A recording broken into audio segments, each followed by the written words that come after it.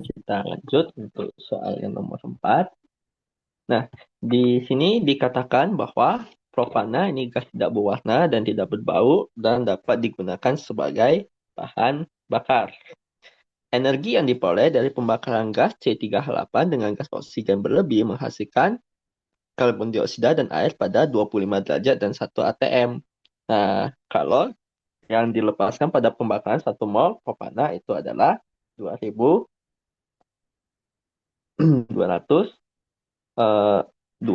kilojoule. Oke, yang A, tuliskan reaksi setara untuk pembakaran propana.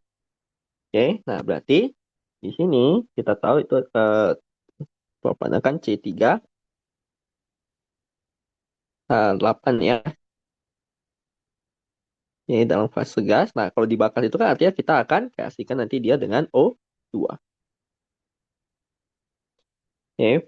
Nah, maka nanti ini akan menghasilkan apa? Dia akan menghasilkan gas karbon dioksida dan juga H2O. Nah, ini sekarang tinggal kita setarakan ya. Nah, berarti ini C-nya ini kita kali nanti dengan 3 ya. Nah, ini H-nya ini kita kali nanti dengan 4 ya. Nah, supaya dia jadi C3H8.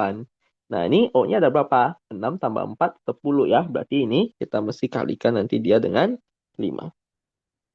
Oke, baik nanti dia O-nya juga ada 10 ya. Nah, inilah persamaan reaksi yang lengkap ya. Oke. Nah, yang B, apakah sistem melakukan atau menerima kerja berdasarkan reaksi pada soal A ya. Nah, jadi untuk kasus ini tinggal kita lihat saja. Kalau volume gasnya itu berkurang ya, di volume gas itu ya nanti tinggal kita lihat dari si jumlah molnya saja ya. Nah, jadi kalau nanti si eh, jumlah mol gasnya berkurang atau nanti si volumenya berkurang, itu artinya ya sistem menerima kerja. Tapi kalau misalkan volume gasnya itu bertambah, maka dalam hal itu sistem akan melakukan kerja ya. Nah, di sini kita lihat. Ini jumlah gasnya ada berapa banyak? Ini 1 tambah 5 ada 6 ya di bagian reaktannya. Nah, setelah reaksinya terjadi, ya gasnya tinggal sisa 3 doang. Oke, nah artinya di sini jumlah gasnya akan makin sedikit ya. Nah, kalau jumlah gasnya makin sedikit, berarti dia sistemnya ini adalah menerima kerja.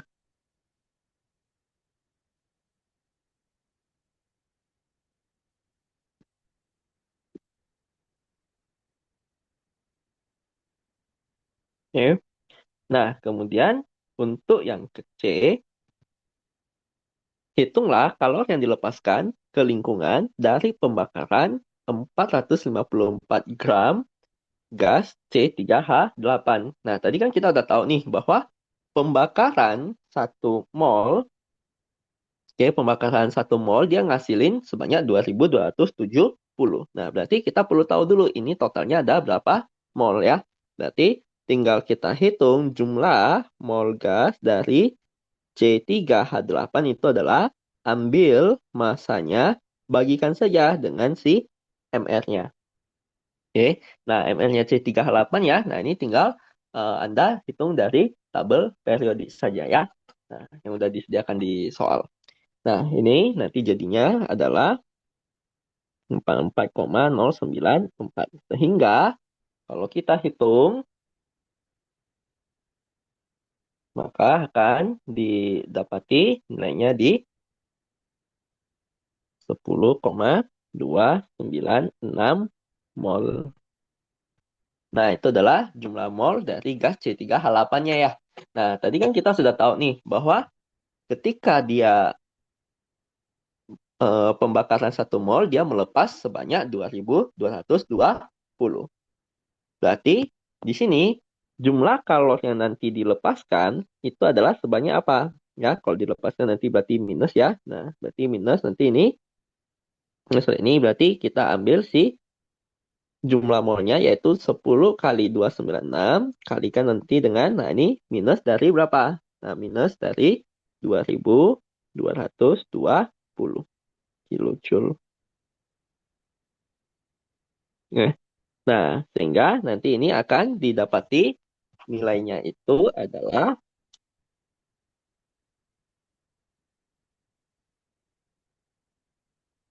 nah, ini 22.857,12 Oke. Nah, tanda negatif ini nunjukin apa ya? Nah, tanda negatif ini hanya menunjukkan kalau dia melepas energi saja ya. Oke, nah jadi kalau ditanya besar energi yang dilepaskan ya langsung saja menjauh 22.857,12 kilo ya. Nah, jadi tanda negatif ini hanya nunjukin tanda negatif ini hanya nunjukin kalau dia melepas kalori. Oke. Nah, kemudian yang ke D. Nah, sejumlah 40% kalori hasil pembakaran propana digunakan untuk memanaskan besi. Nah, hitung massa besi yang dapat dipanaskan dari suhu awal 25 derajat menjadi 95 derajat ya. Dengan kalori jenis besinya adalah sekian ya. Nah, berarti tinggal kita gunakan apa? Bahwa asas Black ya, yaitu Q lepas itu akan sama dengan minus Q terima. Oke, nah tadi kita udah tahu ya, yang melepas kalori itu tadi adalah yang ini kan ya. Oke, sedangkan yang menerima adalah siapa? Nah, yang menerima itu biasanya ya temperaturnya itu biasa akan naik gitu ya. Nah, sehingga nanti di sini kita udah tahu yang lepas itu adalah 40% dari si nilai ini tadi. Oke, dari minus 22.857,12 kilojoule ya.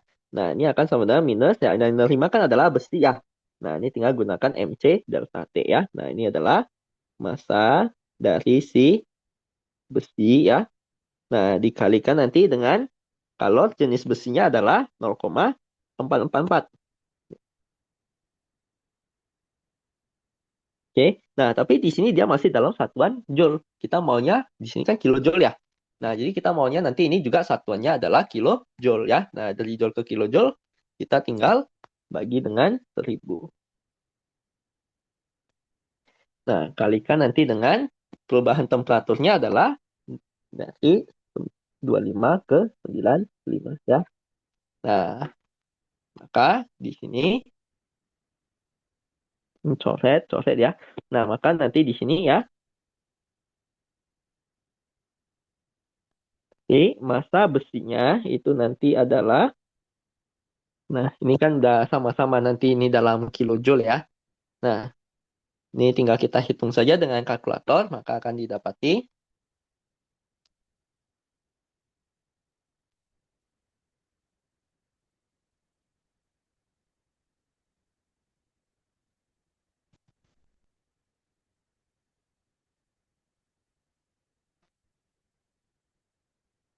294,171,43 gram ya.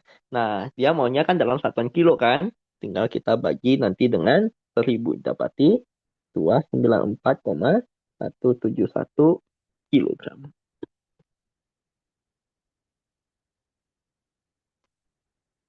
Oke, nah demikian pembahasan untuk soal yang nomor 4. Nah, sekarang kita lanjut untuk soal yang nomor 5. Nah, gas hidrogen digunakan sebagai bahan bakar bersih ya menurut persamaan reaksi berikut. Nah, seluruh gas ini nanti bersifat ideal. Nah, sejumlah gas 200 gram H2 ditempatkan di ruang pembakaran 150 liter pada 500 derajat Celcius. Hitunglah tekanan gas di dalam ruangan tersebut. Nah, ini tinggal kita gunakan saja rumusan PV nRT. Oke, nah sehingga kita bisa tuliskan bahwa tekanan dari gas H2-nya ini berarti adalah apa? Nah, di sini kita mesti hitung dulu ya si jumlah mol gasnya ya. Nah, jumlah mol gas H2 berarti itu adalah ambil 200 gram bagi nanti dengan MR-nya, yaitu di sekitaran 2,016 ya. Nah, itu tinggal kalian hitung saja dari si tabel periode.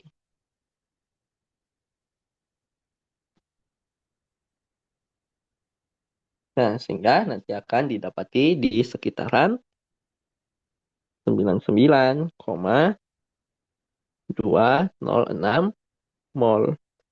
Nah, baru kita masukin ke PV NRT ya. Jadi P-nya itu adalah NRT bagi P ya, yaitu 99,206 kali S-nya itu adalah apa? S-nya itu adalah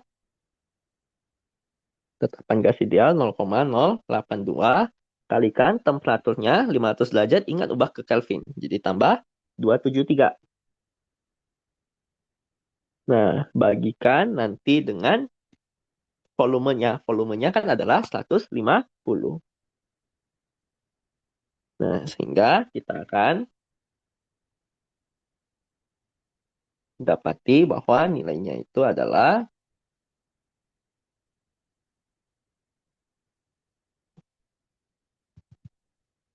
41,922 atm.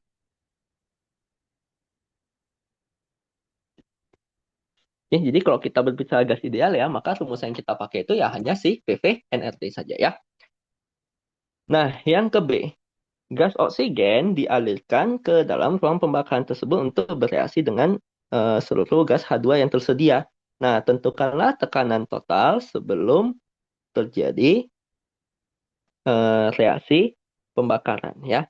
Nah, maka kita tuliskan dulu si reaksinya ini, yaitu 2H2 gas tambah O2 gas ini akan menjadi 2H2O gas.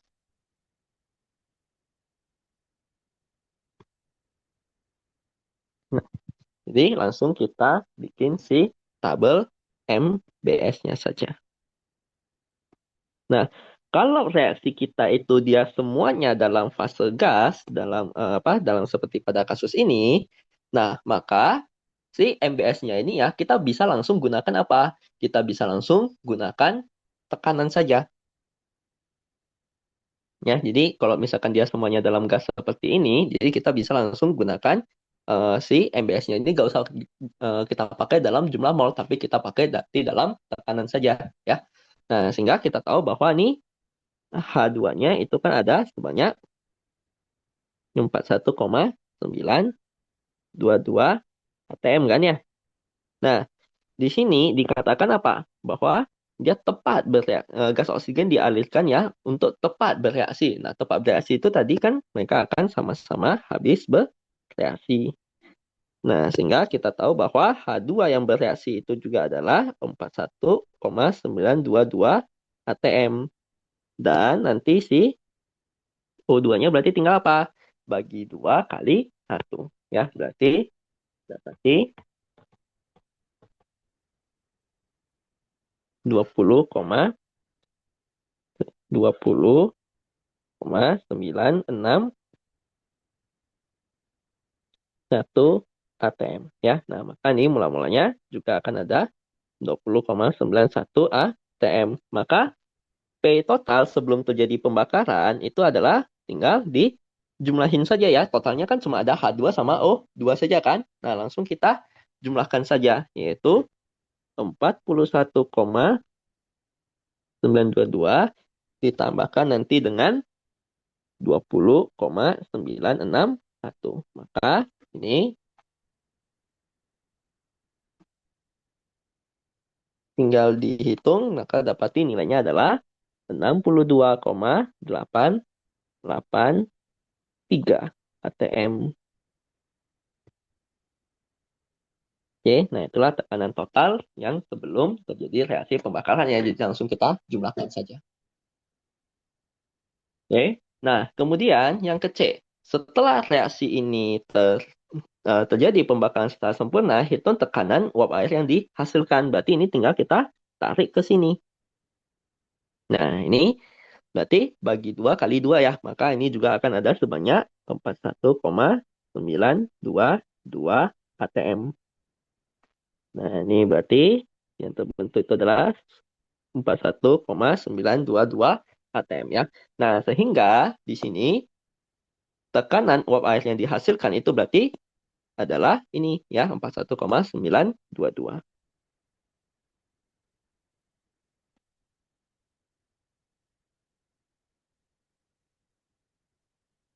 Nah, nah, jadi ya kalau dia reaksinya itu semuanya berupa gas, nah itu biasanya bisa kita langsung selesaikan dia dalam tekanan saja ya, nggak perlu diubah ke dalam jumlah mol ya. Nah, tapi kalau dia nanti ada campuran ya, misalkan nanti ada aqueous, ada yang lainnya gitu, nah itu kita mesti selesaikan dalam mol saja. Oke. Nah, kemudian kita lanjut lagi. Nah, untuk soal yang kedua. Nah, pada tekanan tinggi dan suhu relatif rendah, perilaku gas H2 akan menyimpang dari hukum gas ideal, sehingga perhitungan gas nyata memerlukan faktor koreksi sesuai persamaan van der Waals. Nah, konstanta van der Waals untuk H2O2 dan H2O diberikan sebagai berikut.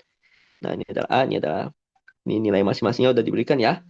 Nah, pada kondisi suhu, jumlah mol, dan volume yang sama, tentukanlah gas memiliki interaksi antar molekul yang paling lemah.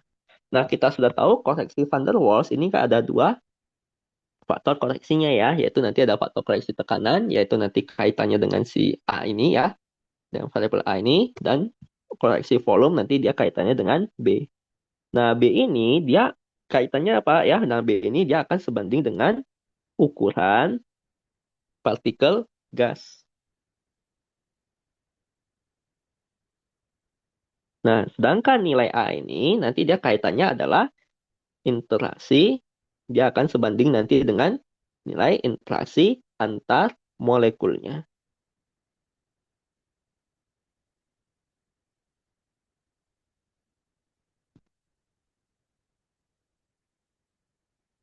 Oke, jadi nilai A ini nanti dia akan sebanding dengan interaksi antar molekulnya ya. Nah, sehingga semakin besar nilai A ya dia interaksinya akan semakin kuat ya. Nah, yang dia inginkan di sini kan adalah interaksi antar molekul yang paling lemah. Berarti lihat saja A yang paling kecil yang mana?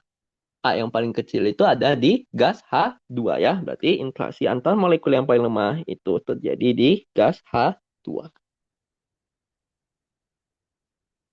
Nah, kemudian yang ke E, pada temperatur tertentu, gas oksigen berefusi 1,415 kali lebih cepat dari suatu gas XO2.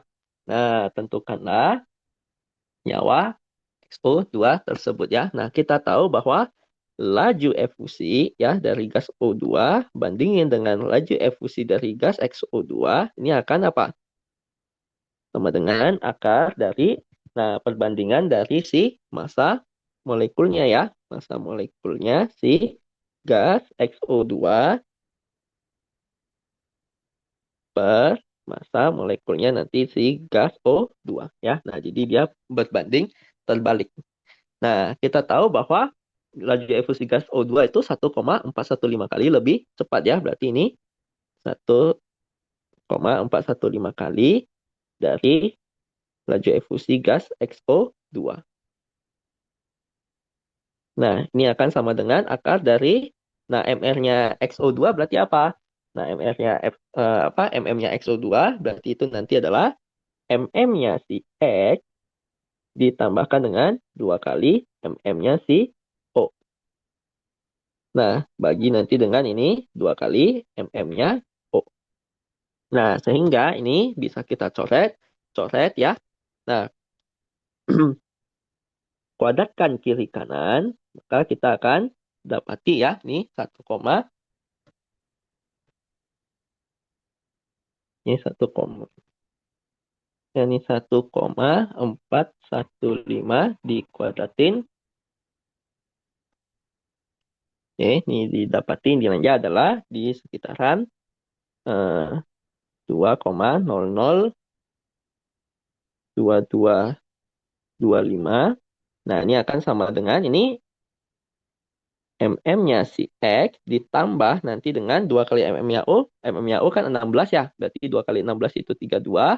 Bagi dengan ini 32 ya. Nah, sehingga ini tinggal hitung saja nih ya. Ini kali ke sini, kurangi nanti dengan 32.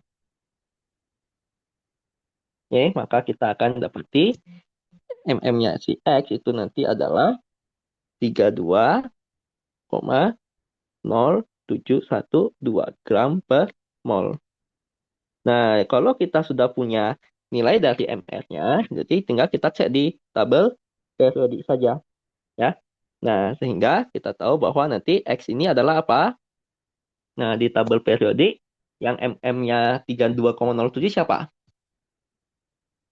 Nah, 32,07, ya ini paling dekat itu adalah di S ini ya. Nah, jadi kita tahu bahwa si senyawa X itu ternyata adalah S ya, sulfur. Ya, nah sehingga si oksidanya itu adalah, jadi XO2-nya ini itu tidak lain adalah si SO2.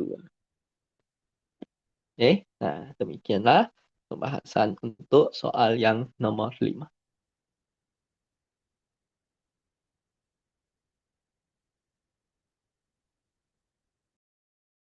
Akan lanjutkan pembahasan untuk soal yang nomor 6. Nah, diketahui ini gas butana dan gas oksigen dimasukkan ke dalam satu kalorimeter bom ya, atau bom kalorimeter dengan volume 2 liter. Nah, pada 25 derajat Celcius dan tekanan 740 mmHg. Nah, kapasitas kalor dari si kalorimeter bom tersebut adalah 25,25 kJ per derajat Celcius.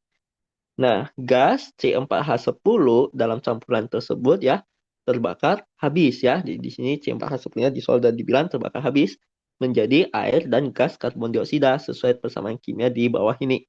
Sehingga menimbulkan kenaikan suhu sebesar 0,75 derajat ya. Nah, pada kalorimeter bom. Nah, hitunglah kalau reaksi pembakaran C4H10 yang terjadi dalam bom kalorimeter. Berarti di sini kita akan tuliskan bahwa apa? Q lepas itu akan sama dengan minus Q terima ya. Ingat kembali asas Black. Oke. Nah, di sini yang melepas kalor siapa ya? Nah, jadi yang kalau yang menerima kalor itu pasti yang temperaturnya naik. Kalau yang melepas kalor itu biasanya nanti eh, temperaturnya biasanya turun gitu ya. Nah, atau nanti yang dia menyebabkan panas. Nah, jadi yang melepas di sini itu pasti adalah si reaksinya ya, karena yang menerima itu adalah kalorimeter kan.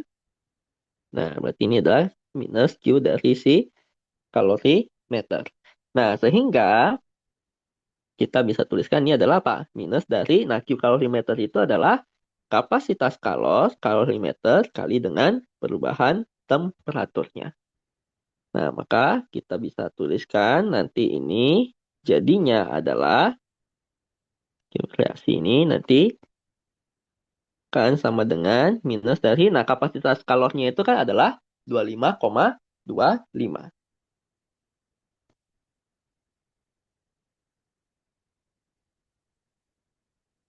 Oke, dikalikan dengan, nah perubahan temperaturnya berapa? Perubahan temperaturnya dia bilang mengalami kenaikan, berarti positif 0,75.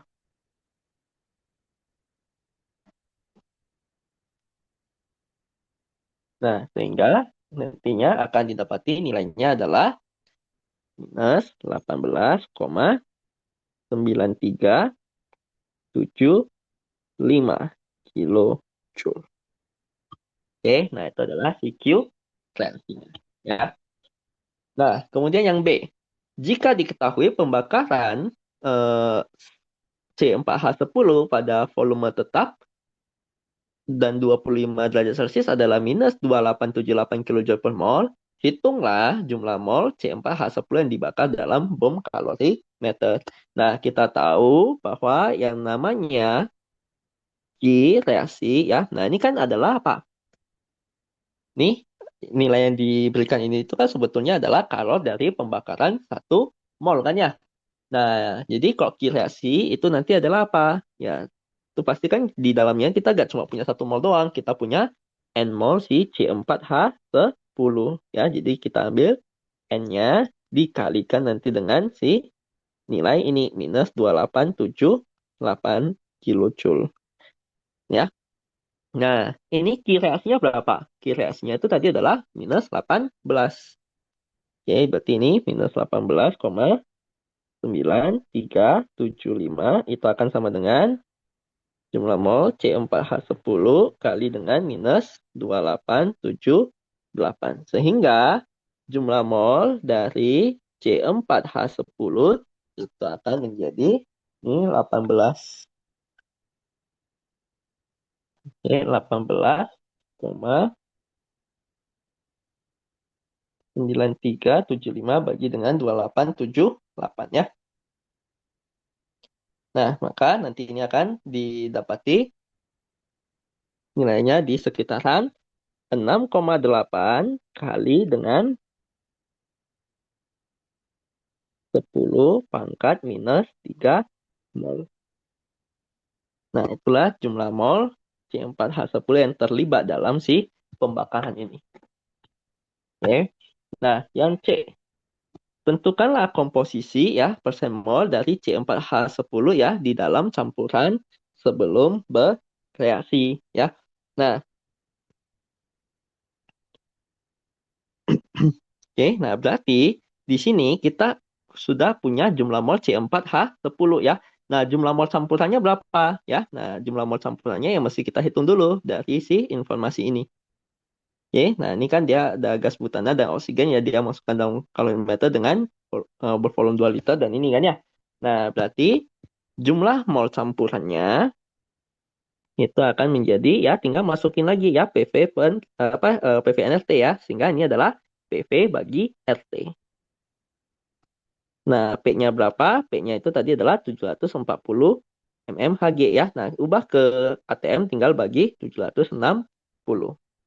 Nah, kalikan volumenya tadi adalah 2 liter bagi dengan R itu tetapan gas ideal 0,082 dan temperaturnya adalah 25 derajat. Tinggal ubah ke Kelvin yaitu ditambah dengan 273 ya sehingga dia akan menjadi 298.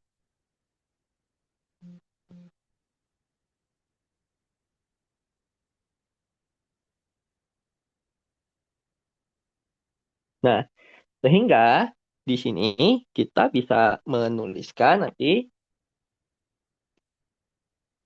ini N campurannya ya, tinggal kita hitung saja dengan kalkulator.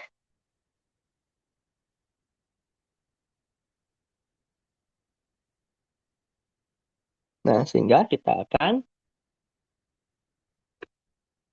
mendapati nilainya adalah 0,0797 mol. Nah, sehingga persen mol dari si gas C4H10 ya jumlah mol dari gas C4H10 itu nanti adalah nah ini 6, jadi jumlah molnya si C4H10 yaitu 6,58 kali 10 pangkat min 3 bagi dengan 0,0797 kali nanti dengan 100%. Nah, maka dalam hal ini kita akan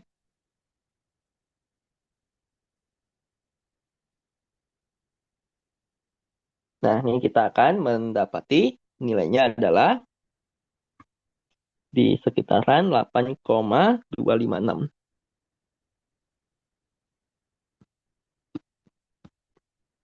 ya. Nah, itu untuk yang ke C ya. Nah, kemudian untuk yang D, tentukanlah perubahan entalpi pada pembakaran gas C4H10. Nah, kita tahu di sini kan kalorimeter bom bekerja pada volume tetap ya. Nah, sehingga delta H-nya itu nanti akan sama dengan perubahan energinya ditambah nanti ya delta E-nya. Nah, delta E-nya dalam hal ini ya berarti itu nanti adalah apa? Nah, ini nanti delta E ditambah dengan delta PV ya. Nah, pada volume tetap delta E itu ya sama aja kayak di I-nya ya. QV ya. Jadi ini nunjukin kalau dia bekerja pada volume tetap ya. Tapi sebetulnya dia adalah Q biasa saja. Delta PV itu nanti adalah apa? Delta N gas kali R kali T. Nah, sehingga pada kasus ini kita bisa hitung delta H-nya adalah, nah, tadi kalau yang terlibat itu kan adalah ini ya, minus 2878. Jadi ini minus 2878 ditambah delta N gasnya berapa? Delta N gasnya tinggal kita ambil koefisien gas yang kanan dikurangi koefisien gas yang kiri, yaitu 4 kurang 13 per 2 tambah 1 ya. Berarti 13 per 2 tambah 1 kan 7,5 ya. Berarti 4 kurangi nanti dengan 7,5 kali. Nah, ini pakainya yang 8,314 ya, karena kan kita maunya dia satuannya dalam joule. Oke, nah ini kan karena mau kilojoule, jadi kita kali 10 pangkat min 3. Kemudian temperaturnya adalah 25 derajat. Jadi ingat ditambah dengan 273 ya, sehingga didapati 298. Nah, ini tinggal dihitung dengan kalkulator, maka didapati nilainya adalah minus 2886,67 kilojoule per mol. Oke, nah itulah nanti delta H atau perubahan entalpi yang terlibat pada reaksi ini. Ya. Nah, kemudian yang E, nah jika diketahui ya, beberapa persamaan termokimia seperti ini ya. Nah, tentukan perubahan entalpi pembentukan standar gas C4H10. Nah, untuk pembentukan standar gas C4H10, maka itu reaksinya bagaimana ya? Nah, reaksinya itu adalah pembentukan C4H10 dari atom-atom dalam keadaan dasarnya. Ya, nah ini C4H10 kan dia terbentuk dari C dan juga H ya. Nah, tapi hanya pasti dia akan muncul dalam bentuk H2. Oke, berarti nanti ini 4C tambah dengan nanti ini 5H2. Oke, nah ini delta H-nya berapa? Nah, kita akan memanfaatkan si reaksi-reaksi ini ya. Nah, ini kita akan manfaatkan untuk dapati reaksi yang terakhir ini.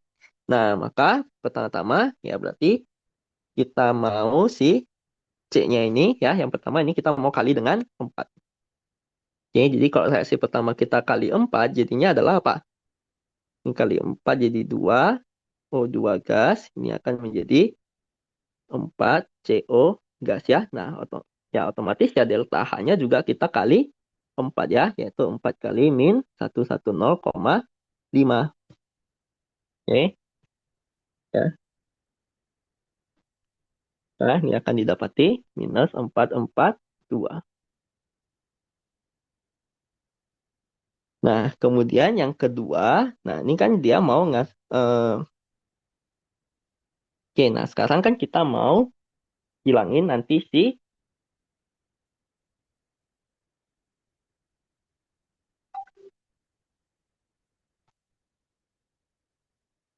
CO-nya ini ya, karena di reaksi kita itu kan nggak mau ada CO-nya ini.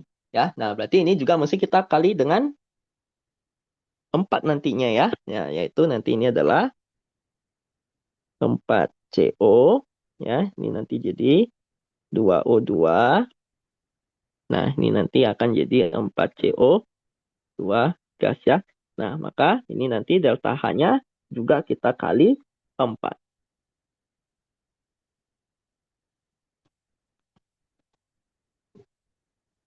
Oke, nah ini akan didapati 1132 kilojoule per mol. Oke, nah sekarang untuk H2-nya dia masih ada berapa? Ada 5 kan? Ya, berarti ini kita kalikan lagi dengan 5 ya untuk si reaksi yang ketiga ini. Nah, ini dia jadi 5 per 2 O2. Nanti ini akan menjadi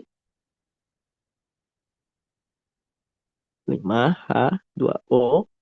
Nah, ini delta H-nya tentunya kita juga akan kali 5 ya.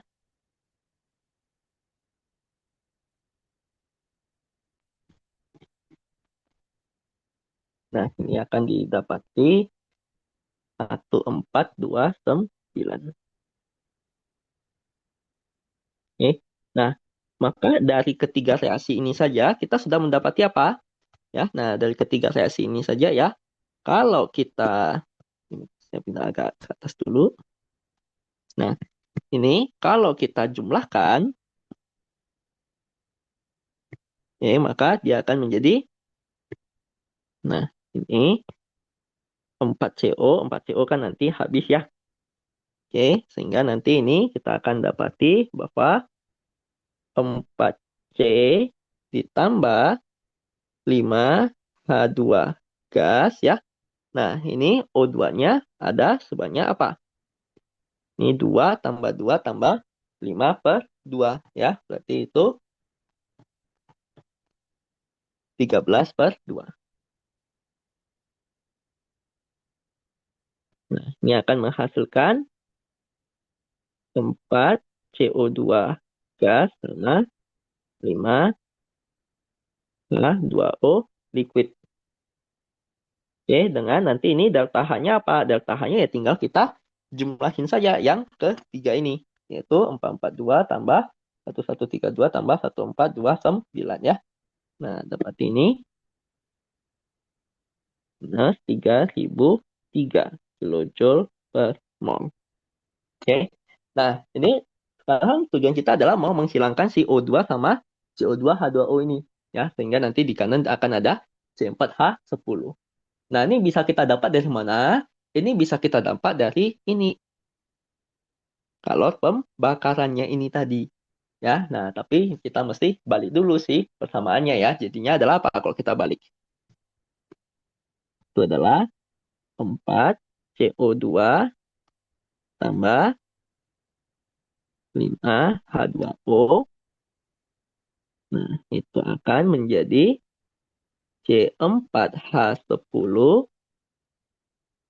ya, ditambah nanti dengan 13 per 2O2 ya. Nah, tujuannya kita balik supaya apa? Supaya nanti ini bisa saling menghilangkan.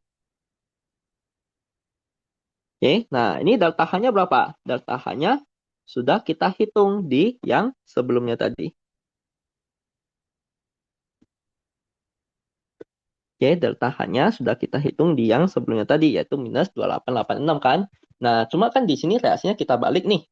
Ya, nah kalau reaksinya kita balik, berarti delta H-nya sekarang dia akan menjadi positif. 2886,67 ya kilojoule per mol, sehingga ini kalau kita jumlahin dia nanti akan menjadi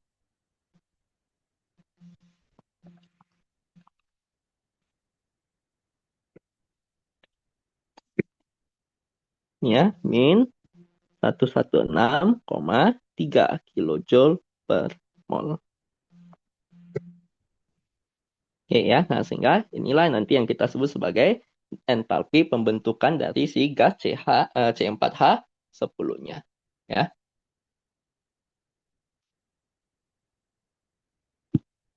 Nah, sekarang untuk soal yang ke F ya, apabila reaksinya itu ya dia menghasilkan uap air ya, eh, seperti pada persamaan yang kedua ya. Nah, perkirakan apakah entalpi ini akan menjadi semakin negatif atau semakin positif dibandingkan dengan persamaan yang pertama ya. Nah, jadi ya, nah kalau tadi yang sebelumnya itu kan yang dihasilkan adalah H2O liquid. Oke, yang sebelumnya yang dihasilkan ada H2O liquid ya. Nah, sekarang dalam hal ini yang dihasilkan adalah H2O-nya dalam fase gas ya. Nah, tentunya kalau kita lihat apakah nanti dia semakin positif atau semakin negatif ya. Nah, sekarang kita cek dulu. Tadi kan kita butuh perubahan apa lagi? Dari H2O-nya yang liquid ke H2O-nya yang gas ya. Nah, dari H2O liquid ke H2O gas, tentu kita butuh apa? Nah, untuk mengubah air ya menjadi uap, berarti kan kita butuh energi ya. Nah, sehingga delta H-nya akan positif. Ya, artinya yang darinya persamaan tadi, oke, nah dari persamaan yang sebelumnya tadi,